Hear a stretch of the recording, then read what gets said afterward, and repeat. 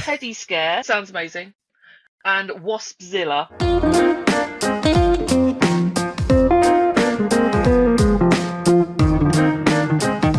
Hello and welcome again to Flickering Dreams. This is our weekly roundup. We're changing the format of Flickering Dreams, as you might notice. So we have separate episodes now for each film we're reviewing.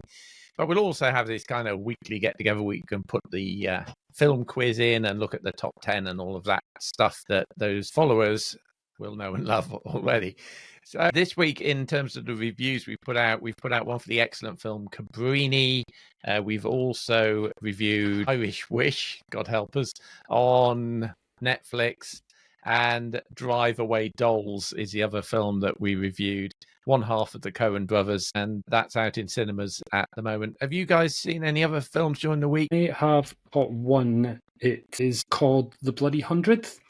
Bob, I know yourself. You are the other member on this team that's been watching the Masters of the Air TV series, the Tom Hanks, Steven Spielberg series on Apple TV Plus. So this is essentially a companion piece to that TV series, where it's a documentary about the 100th bomber group.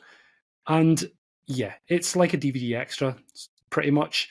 We've seen the dramatized version of what's happened. Now this is just telling it from the real people. We get some talking heads. The likes of Spielberg pops up, and some of the people that were still alive have talked about the bombing in World War II and the Air Force and the planes and some of the people. And it is quite interesting. All narrated by Tom Hanks as well. So yeah, his lovely voice to talk you through that. And it's only a little bit over an hour as well. So definitely one that if you've seen and enjoyed the TV series, for an extra hour, chuck this on just for a little bit of context. Yeah, I will definitely do that because I did enjoy the series. Yeah, it wasn't quite up there with Band of Brothers or no, even it's definitely the weakest of the three. But yeah, it was still very good. Yeah, it was very good. Yeah, very good. Tell a lie, Bob, which, given my title there on the screen, I probably need to confess to. I did see one of the films, which I saw one of the films you were recommending for the nominated Oscar shorts, which was the ABC of book banning. Oh, yes. And I found it fascinating and frustrating at the same time. Yeah. They told us which books were banned, which was fascinating. They never really told us why, which was frustrating. No. It's worth 20 minutes. Yeah, exactly. I wanted the governors or the people on the other side who banned the books to tell us why they banned the books. Yeah, and that never happened. It's worth seeing because it is 25 minutes, but it's fascinating and frustrating in equal measure. Yes. So yes, I did see that. I'll just throw that in. Yes, indeed. Yes, I wish that had won the Oscar, but it didn't because I had £5 on it to win the Oscar. I think if it had a little bit more information in it, it would have had a chance. It was a bit vague in places. Yeah, it was. The Hobbit is banned. Why? I had to look it up. I had to Google it, and yet the film didn't tell me. Charlotte's Web really frustrating. Charlotte's Web is banned because it has talking animals in it, which are kind of a little bit demonic. Right? Spiders are scary. That's why. So that's about every Disney film is therefore banned because you can't have animals talking in films, can you? Well, I mean, George Orwell got it wrong clearly, didn't he? Didn't he? Yeah. Good. Okay. Thanks, yeah. So let's tease these people with a little bit of this now.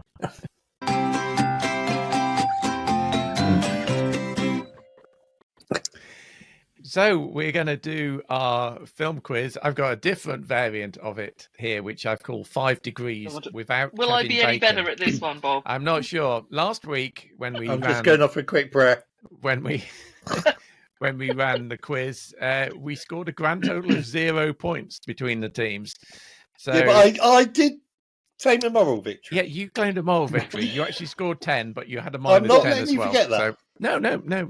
I mean, if any of you won, Andy, you won. All right. So, yeah, I'll just put it out. First and last time for everything.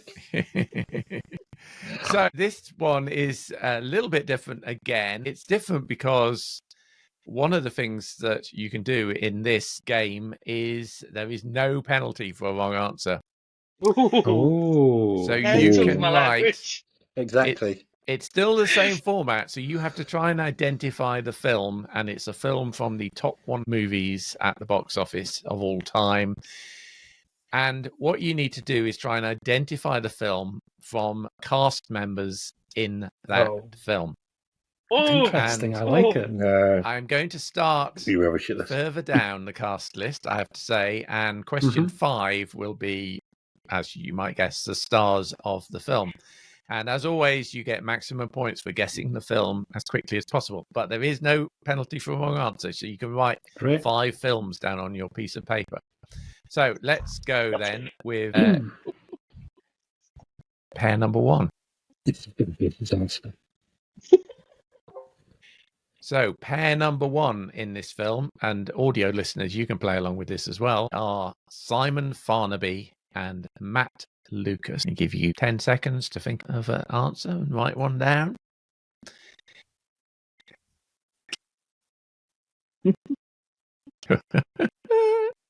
Right, let's go on to pair number 2.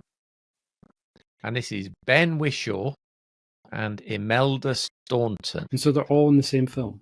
They're all in the same film. So we've had Simon Farnaby, Matt Lucas, Ben Whishaw, and Imelda Staunton. Okay. I'm going to go on to pair number 3. Peter Capaldi and Jim Broadbent. I think I'm sticking with the same answer from 2. Are you? No, not a clue. Not a clue. Okay. You got any ideas, Emma? I wrote something down already. You've written I something was down. really happy with my. You can write my as answer. many down as you want in this game. And number 4 is Julie Walters and Nicole Kidman. Oh, I should have went with it on 1. Yeah, I'm pretty confident now. No, I'm lost now. Julie Walters writing and that same Nicole answer again. Kidman. Yeah. And the final, Hugh Bonneville and Sally Hawkins. 40 points, thank you very much. Oh, Scott is sounding very, very confident. What was it called? I was so happy with my first answer, and then I was like, I can't remember if those people were in it. Really, guys? I don't think those people were in it. Oh. Okay, Andy, I'll give you a count of 5 for some divine inspiration. 5, 4, 3. The Men Who Stare at Goats. 1. Okay, you got no ideas. Okay. No, not a clue. Not a Well, I clue. should know because I count myself as one Scott, of Nicole Kidman's biggest fans. Scott and Emma, what have you got? Emma, do you want to go first? Well, so my first guess, which I guessed on 1, was Wonka because I knew they were both in it. Yep. And then, sadly, my 5 is Paddington. Okay. Which Scott, what have you I'm got? hoping is Paddington. right. I've got no genuine clue. So on question 1, I went Wonka as well. But from 2 onwards, yeah, Paddington. Yes. Paddington. Well done. And indeed, it is Paddington from 2014. Yeah. That is number 586. I am just thoroughly ashamed of myself. I was sure Nicole that you guys were going to get that, yeah. I thought Nicole Kidman was probably the I giveaway. mean, and all my those first British one I wrote down, stars. Shall We Dance? Oh. Which was the Timothy Spall film. I thought I was expecting to see Timothy Spall Is come up. that Finding Your Feet, isn't it? Or Finding Your Feet. Yeah, that was Shall We Dance to So I was Jennifer wrong Lopez? anyway. Yes. So, And I also thought about the Duke, but yeah. So for that film round, Andy unfortunately gets 0 points. Emma gets 10 points. And Scott gets 40 points and is in the lead. Does his little dance. Right. I can't remember who Matt Lucas is in Paddington, though. The rest of them, yeah. I can't remember him. No, I couldn't remember him either. He plays someone called Joe because I instantly went and looked it up because I had no idea Nicole Kidman was in Paddington. She's the main villain. yeah, she was the main She's the main villain. baddie, yeah. Yeah. Yes. I only remember Paddington 2 then. Oh, that would have been Hugh Grant. Yeah, I mean the superior film of the two. It is. And they're It both is very indeed, yeah. So that's the film quiz, and we're going to move on now. Just look at the top 10 box office. Amy, if you're watching, my daughter, don't disown me, please. Right, so here's the box office for this week, and no surprise, really. June Part 2 is still at number 1 third week in the chart, and building up quite a magnificent box office of £26 million. I have to say, there's few films that you've seen at the cinema in the last 3 weeks where you haven't experienced June, because I don't know about you guys, but every other cinema screen you go into, you can hear June 2 through the walls or through the floor. Yeah. Like last night, I went to see the National Theatre production of Vanya with Andrew Scott, and Sam. it was going boom, boom, all through the quiet bits of this play. I had to put it in my mind that this was the sound of the underground tube stations going underneath the theatre, and that kind of helped a little bit. But, at number 2 in the chart this week is Wicked Little Letters, with the wonderful Olivia Colman swearing her foxy ass through the film. And that's 4 weeks now in the chart, still at number 2. As I kind of predicted, it's built up quite a nice little silver dollar following there through word of mouth. Over £7 million at the box office. Still there at number 3, 7 weeks in the chart, is Migration. Over £19 million now. That is staggering that film is still, isn't it, in the charts and isn't riding so high. Yeah, like it's not the school holidays yet. Right. You can quite imagine. I mean, that's probably going to stay in the charts now until Easter, isn't it? And then run through the Easter holidays. I think so. Bearing in mind the times in which we live, and you've got things like the new Chicken Run film on Netflix, so you can watch it home and so on. To see this doing so well is maybe it's a good sign that parents are taking kids to the cinema and introducing them to the cinema. I think so. But it's staggering. It is, isn't it? And number 4, also doing really well and sticking there in the cinemas, is Bob Marley One Love. I did actually get to see this at last this week, and I kind of agreed with you guys that it was a biopic, we're supposed to say now. And it was okay, but I didn't think it was anything particularly miraculous or special about it. £16 million that's made. So again, some very good business being done in UK cinemas at the moment, even kind of in the post-Oscar lull. And number 5 is the film we reviewed last week, which is imaginary, dodgy horror film, the first of a number of films featuring imaginary friends, and second week in the chart. And number 6 is that film Drive Away Dolls, which you'll have to watch the review because Andy has a rant and Scott tries to defend it. Scott defended it. Let's just be... Yeah. Scott did defend it. No, I mean, did defend it pointlessly. He has his view. You like Marmite, Andy. Scott doesn't like Marmite. I hate Marmite, but there you go. There you are. Right. Okay. Drive away. Scott did interest level arguments. Scott did do a good job of defending it, I will say. Drive Away Dolls is Marmite at the movies, clearly. At number 7 is a fabulous film that, again, we reviewed last week. It's Monster, and the Japanese language film. As a Japanese language film with subtitles, it's obviously not going to do fantastic business, but it is a fantastic film and one certainly worthy of your movie dollar. That's at number 7. Number 8 is The Zone of Interest. Again, 7 weeks in the chart, doing its Oscar kind of rounds again. Over £3 million that's made. The big surprise, I think, is, well, maybe it's not a big surprise, but there's been a lot of Oscar films re-released, one of which is Oppenheimer. And clearly a lot of people have been to see Oppenheimer because it's made number 9 in the charts again.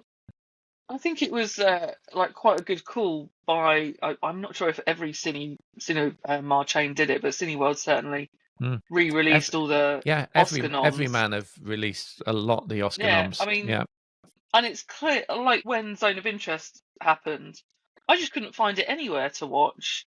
And it was an absolute nightmare. And clearly, they have an audience. Yeah, you just have to win an Oscar and you get to see it in Cineworld. Yeah.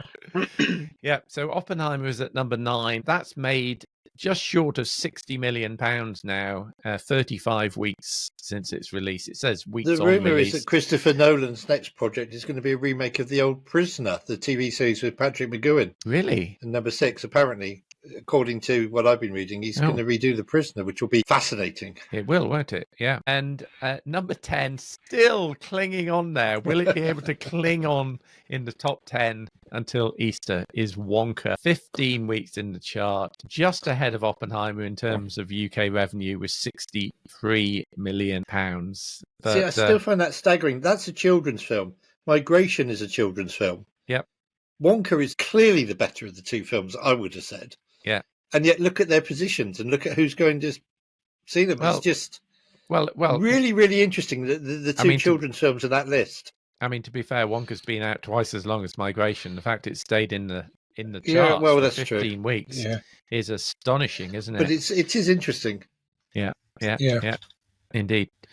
Right, so that is the top 10 for this week. Coming out on Friday, it's clearly Ghostbusters, Icy Kingdom, or whatever it's called. Frozen Empire. Frozen Empire. Or what I like to imagine is Ghostbusters Afterlife combined with Geostorm. That trailer was definitely Geostorm 2. It's the mashup that nobody ever asked for or nobody ever wanted. Yes. Indeed. I love the Ghostbusters I films. wanted it, Bob. Yeah, I want this one. I want to see this. Do you want this one? I loved Afterlife. I thought Afterlife definitely. was great. Did you? Yeah. I can't. Did you not? I can't remember, which means that it's such a good was film. probably a bit iffy about Lovely it. tribute to Harold Ramis at the end. Oh, it was. Yeah. I cried. Yeah, I cried. Yeah. So I'm looking forward to this. We'll see what this is like and form a judgment. But I have a feeling I might be on the back foot here in the film support. Any other business? Emma, you sent a message to our private group in the week about the number of dodgy sequels coming out. Oh, honestly, so we were obviously discussing things that are coming up to make early predictions for awards, and just some of the things that just terrifying. So, discounting actual new films, original films. I went through everything. So this is not just things that are for next year. This is just horrifying things I found. So I put the horror film Bambi: The Reckoning on the chat, which, I mean, I haven't seen Winnie the Pooh Blood and Honey yet, so I feel like that's a double bill. Is it made by the same people? Yeah. I mean, it sounds like it. I mean, it does sound like the copyrights went now, so it's open. There's going to be a Steamboat Willie horror film as well. Yeah. All these really low-budget, schlocky people that are just taking advantage. So I shared that unnamed Steamboat Willie horror film. I mean, I hope that poster is accurate because the poster on that on IMDb is hilarious. I mean, there are people who count the original Bambi as a horror film. Well, there are some listings, you'll find it listed as a horror film in some listings because of the scene. Certainly horrified me. Spoilers, but yeah, it's ruined my childhood, that film. Yeah, absolutely. That and that bloody ditch cutter in Ring of Bright Water, yeah.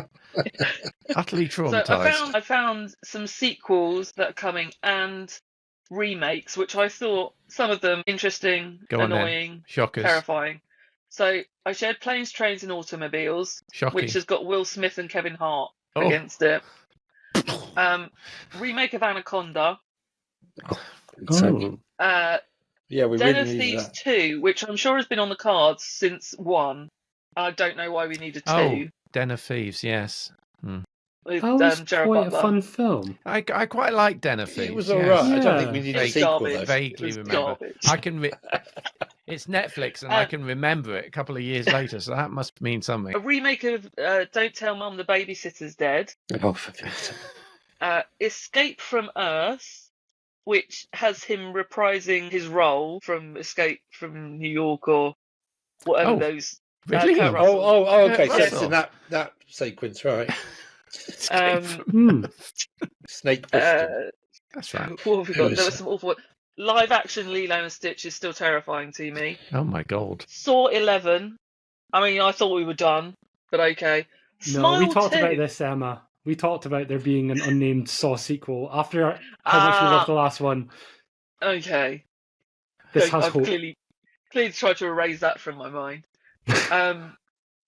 remake of Roadhouse. That's coming in the next few weeks, isn't it? On Amazon. Jake Gyllenhaal. That could be good. There's Shrunk, which is a follow-up to the Honey, I Shrunk the Kids film. A follow-up? Wow. Or just a remake? There were several of them, weren't there? No, it does. There were several Honey, I Shrunk the Kids Honey, I Shrunk the Dog, wasn't there? Yeah. Oh, if Rick Moranis comes back, that might Honey, I Shrunk the Budget was another one. I thought Rick Moranis had kind of retired for good. But I'd like to see him come back. The other ones I thought were super weird. Remake of Three Men and a Baby with Zac Efron. No, I'm not feeling it. An Accountant sequel.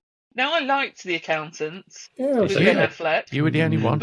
No, it was all right. It was all right. There's a My Spy 2 that is called The Eternal City. I'm happy about that. I really enjoyed it. A remake of Train to Busan. Remake? Oh, an American remake. An English of course it is. Language version. Triple X4. A live-action Sword in the Stone. Now, that is one of my favourite Disney films, so that is greatly upsetting. Interesting. But also a new Final Destination, so I'm quite excited for that one. I quite like the Final Destination films. They are quite gory fun. How many have there been, though? I feel like I lost track after about 4. There was 6, I think, Scott. No, I've got them all on the shelf behind me. I could check. But, I thought the last one was very clever, the way it ended. If you remember, the very last one ended where the first one began. Yeah.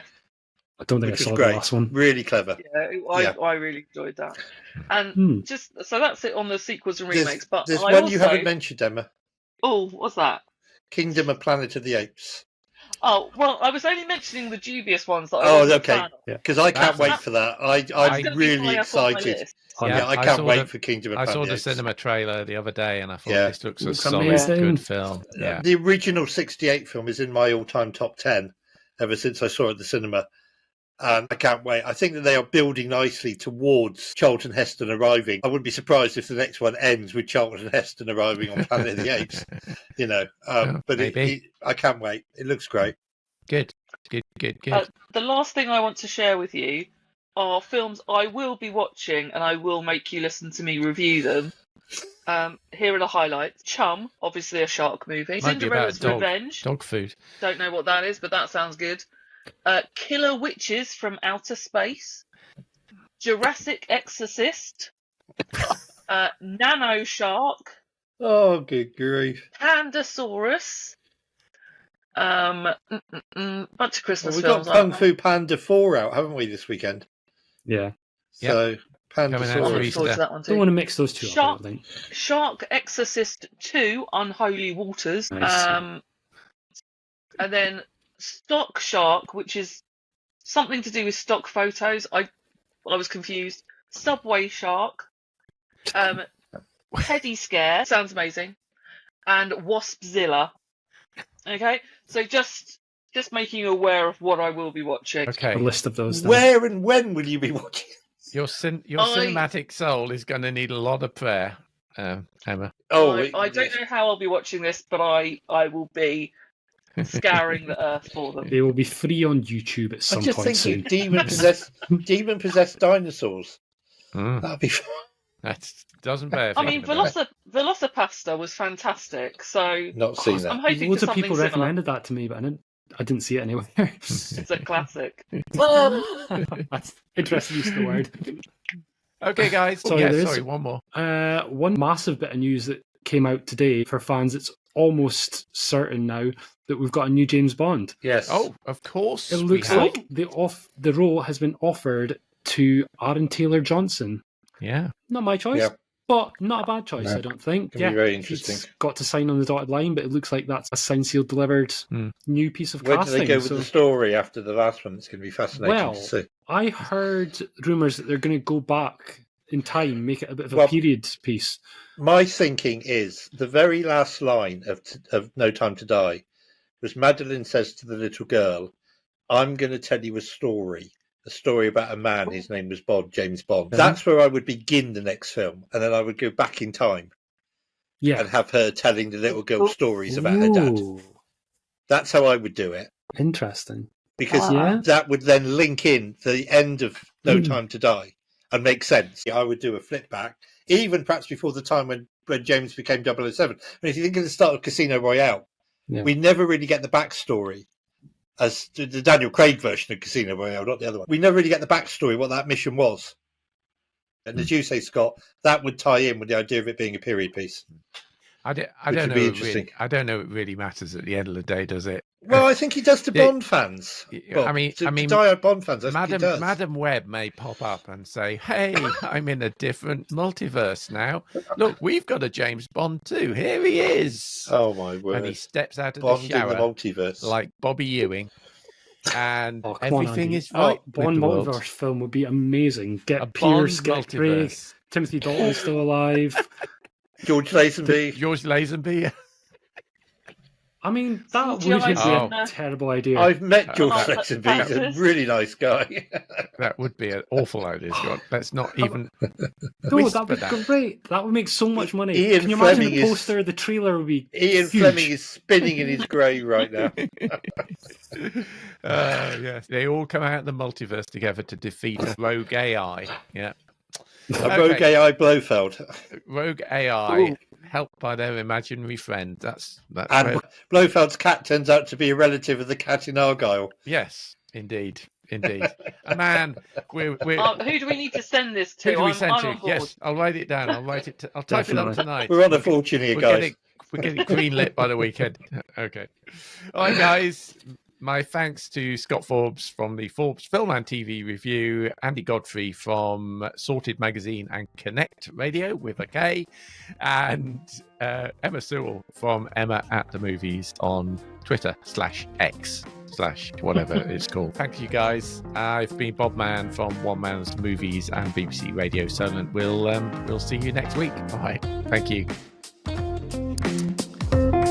Thank you so much for listening or watching Flickering Dreams. You can find the video version on YouTube and the audio version on all major podcast platforms. And don't forget to subscribe so you can get each of the weekly episodes as they are released. We'll see you at the movies.